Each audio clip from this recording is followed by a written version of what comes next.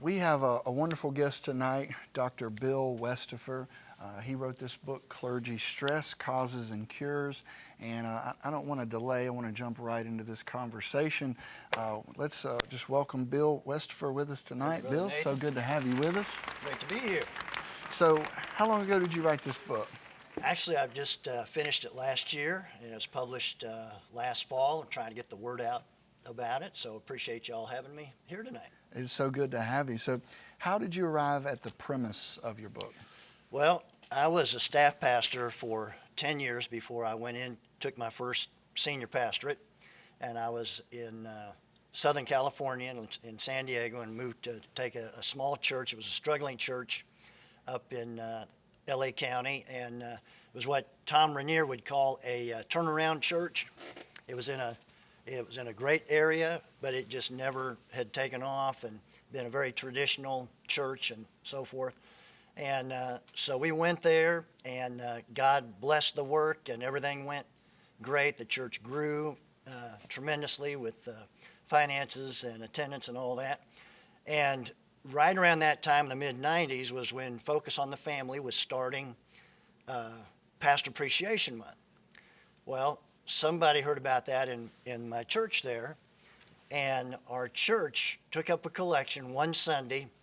We were in two services, and the first service I went into, it was normal. The second service I went into, and the place was packed. The people from the first service had come back for the second service. There was a big puppet stage up on the platform, and they had us come down on the platform, and the puppets did Ray Boltz's song, Thank You, Lord. Mm-hmm. And so we were boo-hooing. They were just thanking us for our ministry.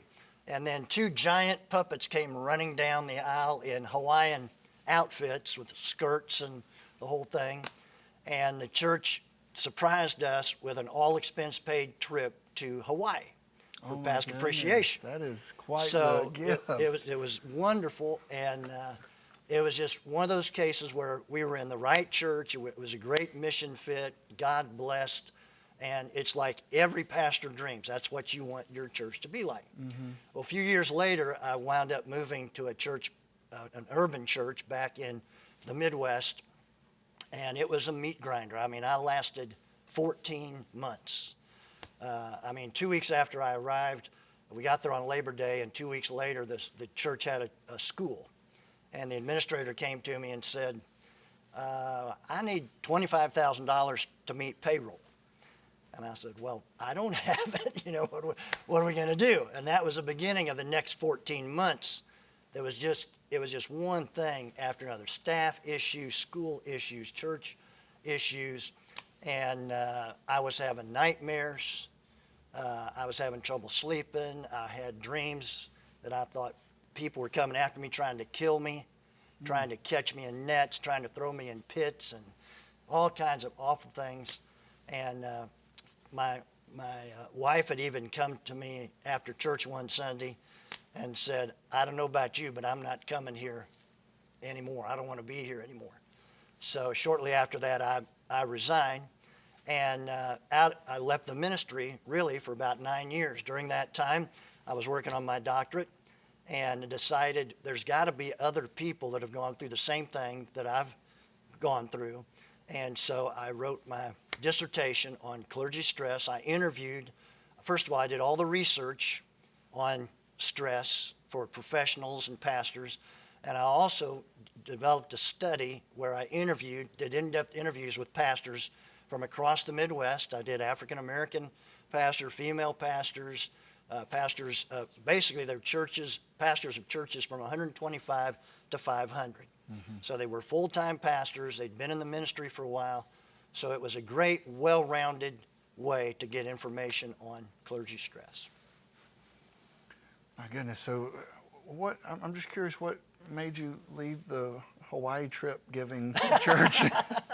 I get asked that a lot when I tell that story. My father was back in the Midwest, and he was having health issues. And we had been living on the West Coast for 11 years.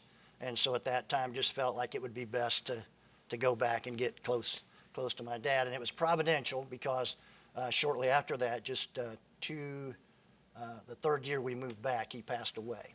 So we were able to have a couple of years with him before we good. passed. But out of that whole experience, Nathan, the premise of the book is divided up into two primary sections. There are 6 major stressors that pastors experience. And then the second part of the book talks about coping strategies.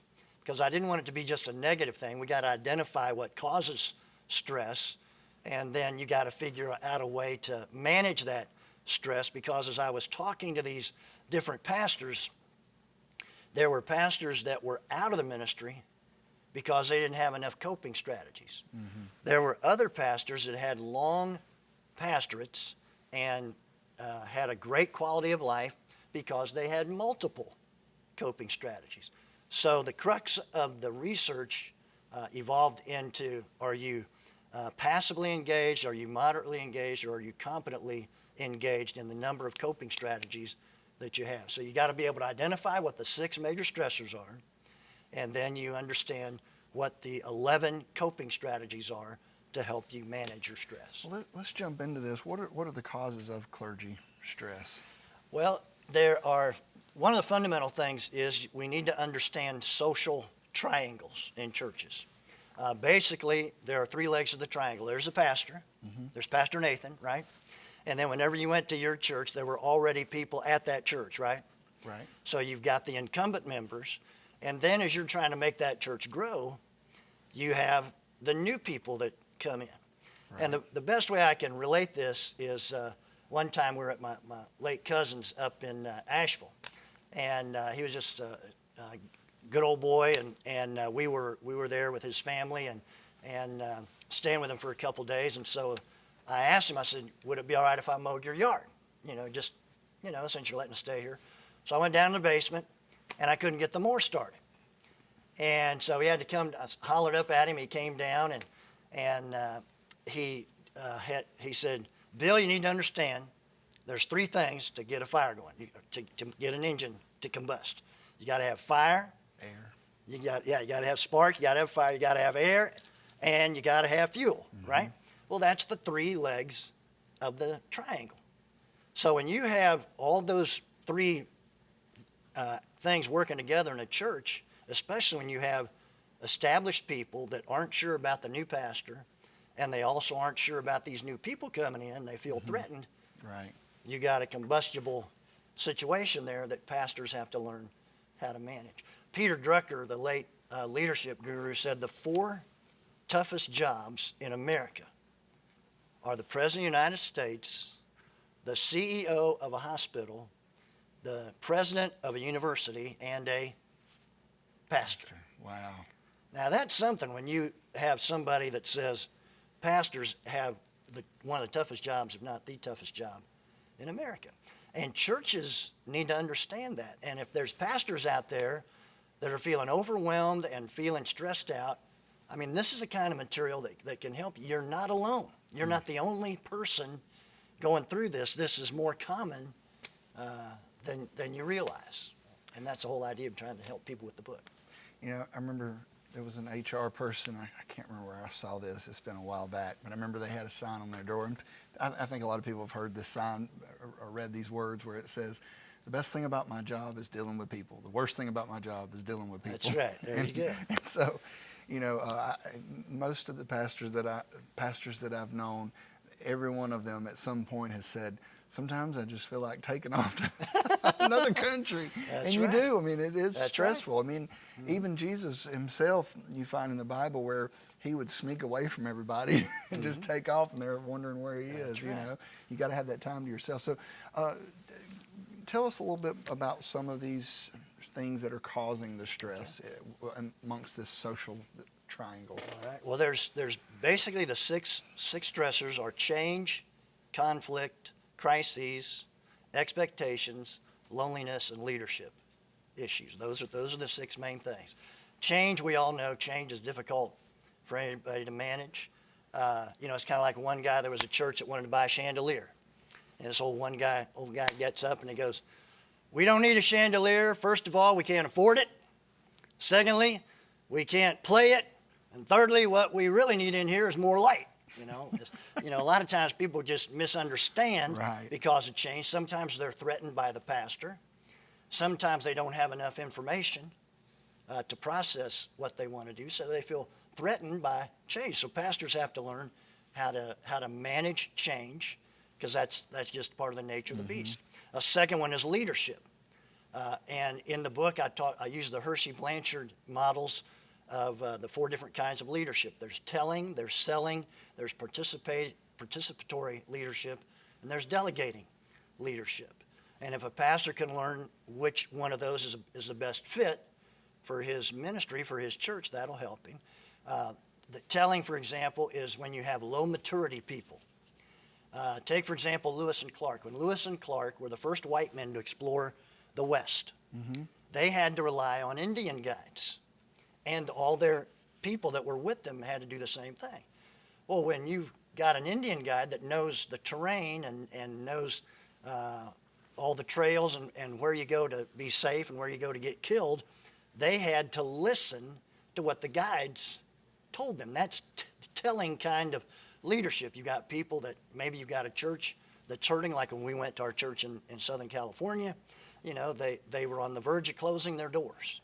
Oh my goodness. So they were ready for telling kind of leadership. You tell us what to do, and we'll do that. Then there's selling leadership, where Sitting Bull, when you had the battle of the Little Bighorn and Custer's disaster, the amazing thing about that battle was that Sitting Bull recruited or was able to bring 2,000 Indians from all different backgrounds, including got the young bucks like Crazy Horse, to come together, put down their petty differences, and he sold them on the idea of, we've got to put a stop to this right here and now. Right.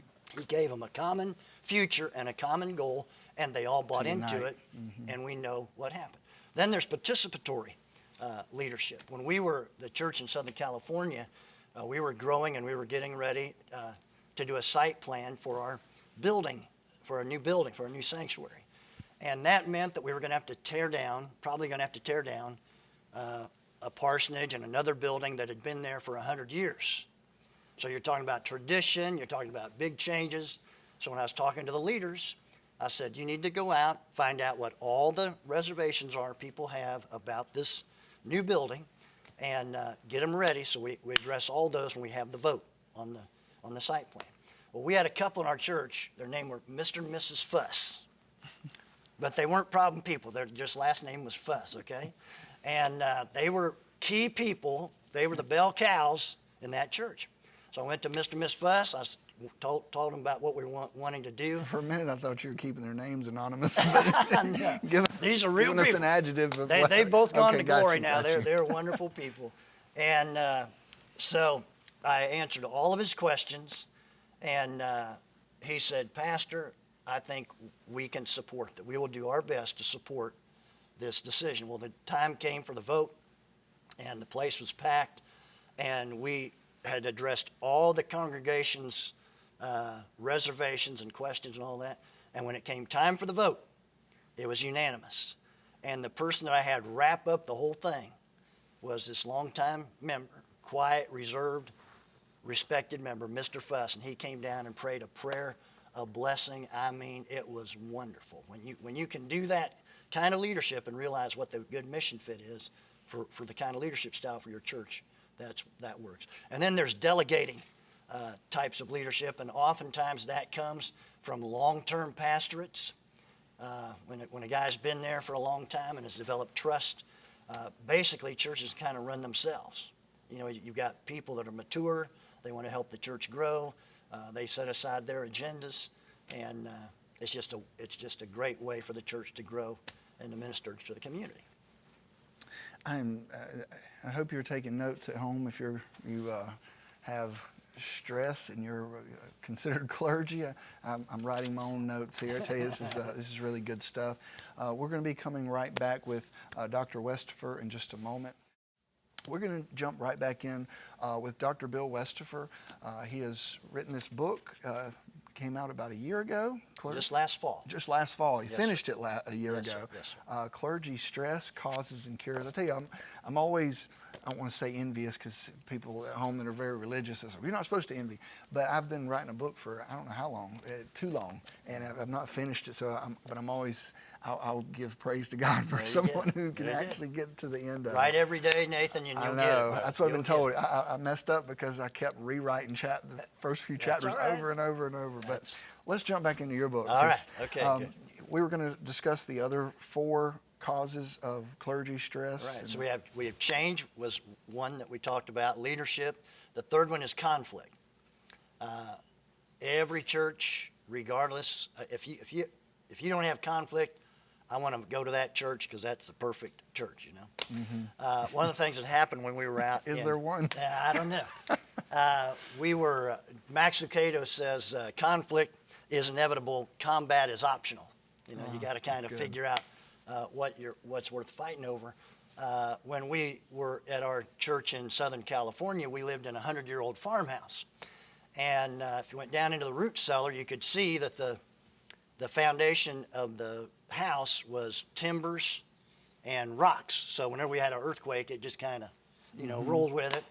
But one of the things that happened with that is once in a while we'd have skunks crawl under the foundation of the house. And we had a guy, Grandpa Taylor, in that church. We would call Grandpa Taylor and have him come and trap the skunks and haul them away. Well, one morning it's one of those mornings where you wake up and you're kind of half awake and half asleep, and we could hear something right under we were on the first floor, and right under our bed in our bedroom, the scratching sounds.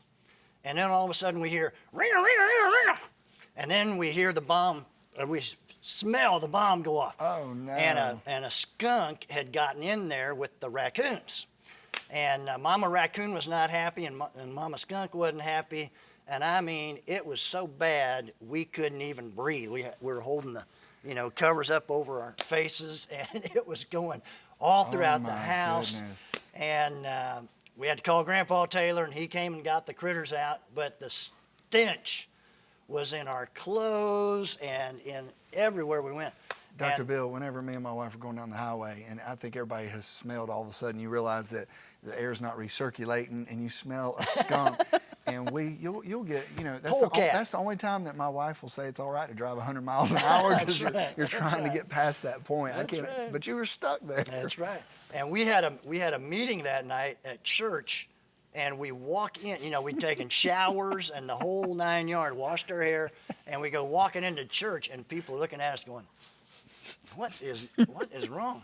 And the skunk smell still came in with us from our clothes from the house. But that's what happens in a church. Mm. You have people, especially if you have new people coming into a church. Oh my goodness. People can tell.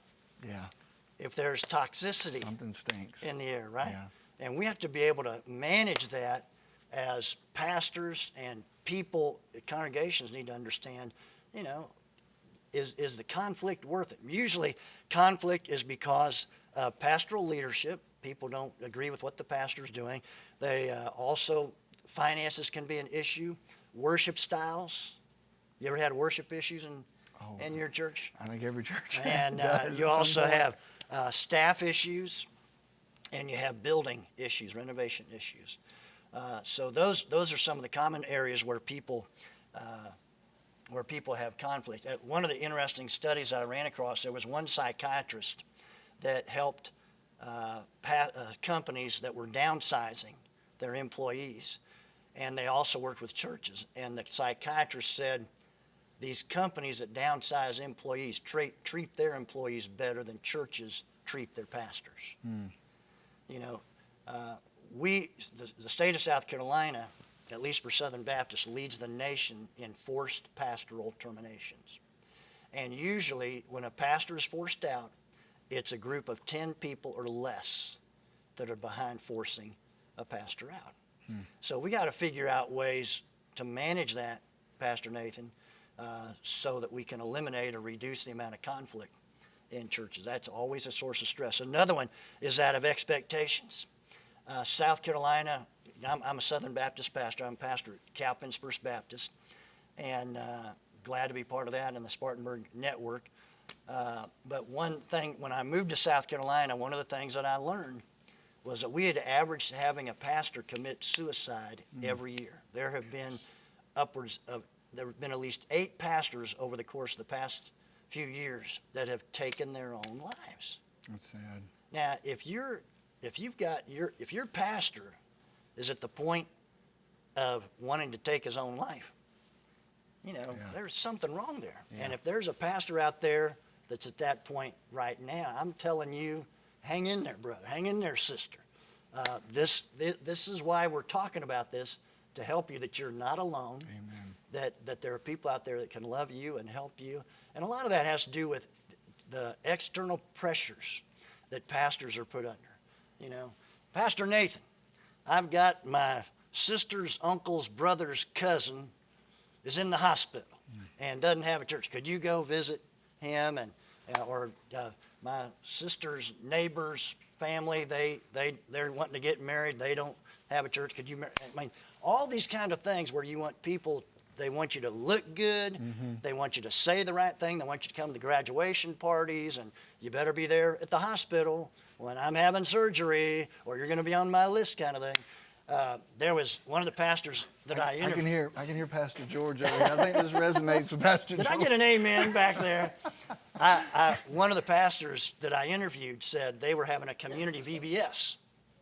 And he said, so we didn't have to do the whole shooting match. And he said, I was going to be able to relax this year for VBS, sit home and drink lemonade. And he said, then the week before VBS, this community VBS, he said, we got this letter, all the pastors, and said, if it's possible, if you could be here on Monday night, Tuesday night, Wednesday night, or Thursday night, or Friday night of the VBS, we would really appreciate it. And he's sitting there going, now what do I do? We're supposed to be, the pastors aren't supposed to be running this, but now I'm expected to be there at the VBS.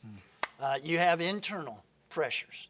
You had a divine call when you went into the ministry. I had a divine call. So that's always something in our minds, that we want to please the Lord, and one day I'm going to stand before God as to how I conducted myself and what I taught my people. People don't understand what kind of pressure that is. We just licensed a young man in our church Sunday for the gospel ministry, and people have to understand that is a high call. That's not for everybody, and that you have to have a divine call to be able to survive in the profession. Then the other one is crisis. The different kinds of crises that I encountered when I interviewed pastors. There was one pastor, was an African-American pastor, and he and his wife were expecting a child. They had just come to this church. The church was doing great, but he had a female stalker in that church. And she was bound and determined that she was going to cause the pastor's wife to leave, and she was going to marry that pastor. Well, shortly after the pastor's wife got pregnant, she miscarried. The pastor stands up on Sunday morning, wants to tell the congregation, and announces that, we lost the baby. This lady stands up in the service and says, God told me he was going to kill that baby. And when he would tell me that story, I could not believe it. And the church leaders didn't do anything. But that pastor, you got to give him credit for his stick-to-itiveness and his courage. He said, we prayed her out. He said, my marriage was safe. And he said, through the power of prayer, we got that woman out.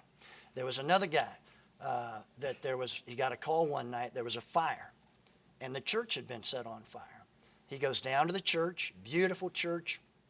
They just put a new roof on it, and the arsonist had broken into the church and set the fire on the pastor's desk and destroyed 90% of what he had. Things that his kids had given him, certificates, degrees, all that stuff went up in smoke. Another pastor, a female pastor, their son ran away from home.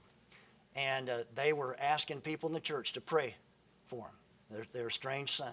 One night they're standing on queue at a mortuary to go to a viewing for a friend that had died.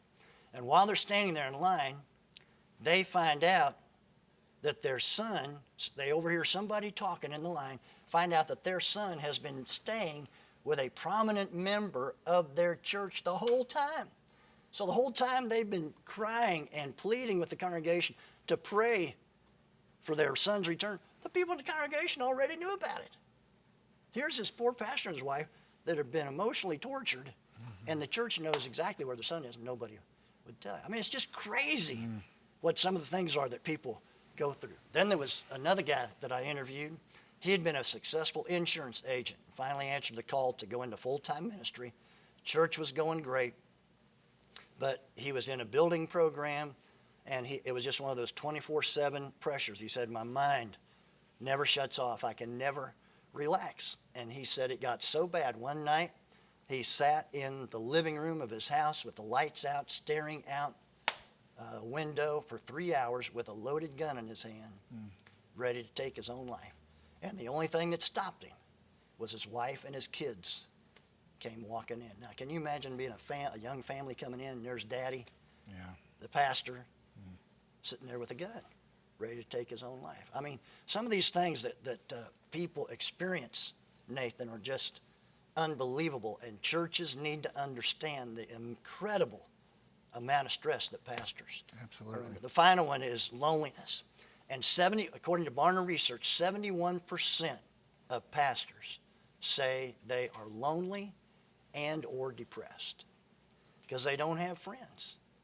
You know, you've got to be able to develop relationships you've got to be able to develop relationships inside the church for your leadership purposes, but you also need to be able to have relationships outside the church where you can relax, let your hair down, and just vent and be able to be yourself. Where you don't have to be Dr. Bill, Pastor Bill. You can just be Bill. Exactly. You need that sometimes. Exactly. Where you can laugh and just cut up and take your shirt off or your shoes off or whatever. I mean, if you're a woman, Pastor, I guess you wouldn't take your shirt off, but whatever. Might not be good. Just to relax. That's right. That's exactly right. I tell you, this is so good. I don't know about you. I'm ready to. I'm going to be buying this book from Dr. Bill. Probably this one off the desk when we come go off the air tonight. This is really good. When we're going to be getting ready to go to a song in just a moment.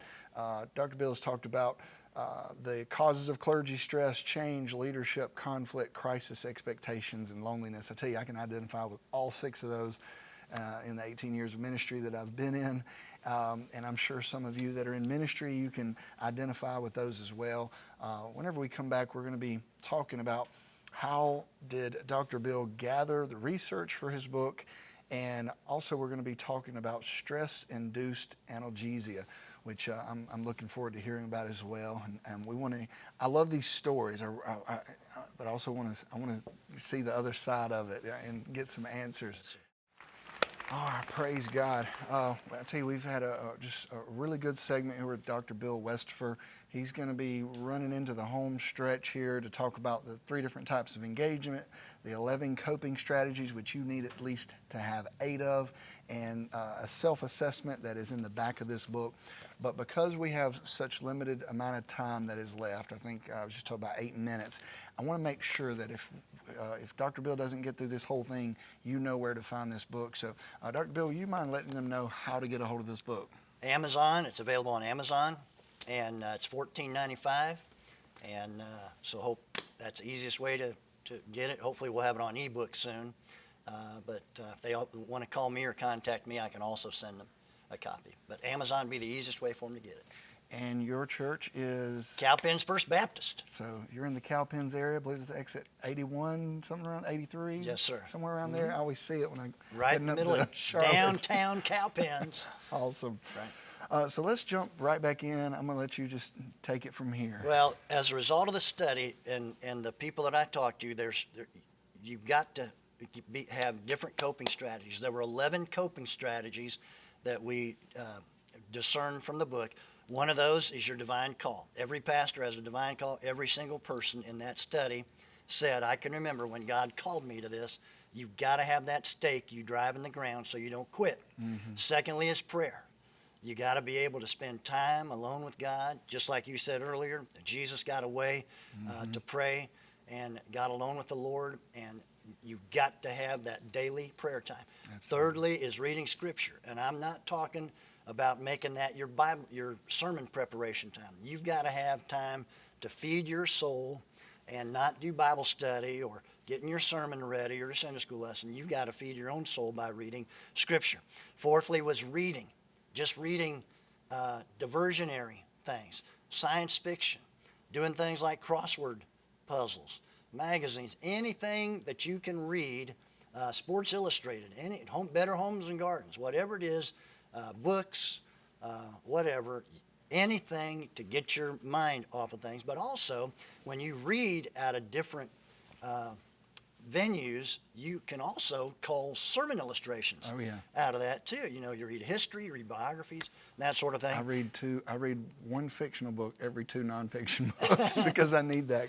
Keep going. This is good. Leadership development. You've got to be able to develop leaders around you to help share the load. You've got to develop relationships. You've got to have relationships in the church, and you've got to have relationships outside the church. You've got to be able to identify some people in your church that, for lack of a better term, will take a bullet for you. They're going to be your shield. They're going to be your protector and stand there for you. But you've also got to be developing external relationships, where we talked about at the last break, where you can just go out and be yourself. You don't wear your pastor hat. Right. My wife and I were at a function a couple of weeks ago down here in Greenville, and we'd been invited by some friends. And usually when you go out to something like that, people introduce you as Pastor Bill and so forth. And she just introduced me as Bill. She goes, I'm giving you the night off. I'm not telling anybody you're a pastor. You just relax and be yourself. And I appreciate that. It's a privilege to be a pastor, but it's nice when you can just go out and Sometimes you just want to be anonymous. Be anonymous, anonymous, and be a normal person. Yeah. Another one is exercise. You've got to exercise. Every pastor needs to exercise. You can mow the yard. You can go work out in the garden. You can walk from the back part of Walmart when you're going in for groceries. You can take the stairs when you're going to the hospital. But every pastor needs to make sure he or she is taking time to exercise. Pastors are above the national average for obesity, hypertension, and depression. So like one doctor told one pastor, he said, which best fits your schedule? Exercising 1 hour a day or being dead 24 hours a day? So you need to make sure you're taking that time out to exercise. You need to take a day off. There's nothing heroic about working 7 days a week for 3 or 4 weeks in a row. That's crazy. That's where we get into stress-induced analgesia. Your brain, your brain sends messages to you, sends endorphins to numb you when you are in pain. When I ran a marathon, I ran an ultramarathon one time, and I thought I was going to be exhausted when I got through. I'd driven all the way up to Chicago and drove back. I thought I was going to fall asleep and all that stuff. But my endorphins had kicked in. I hit that goal, and my stress-induced analgesia kicked in. And I couldn't even, when I got back, I couldn't even take a nap. I was so juiced. And so I started doing projects around the house. And that lasted for 4 days, Pastor Nathan. And then on Thursday, boom.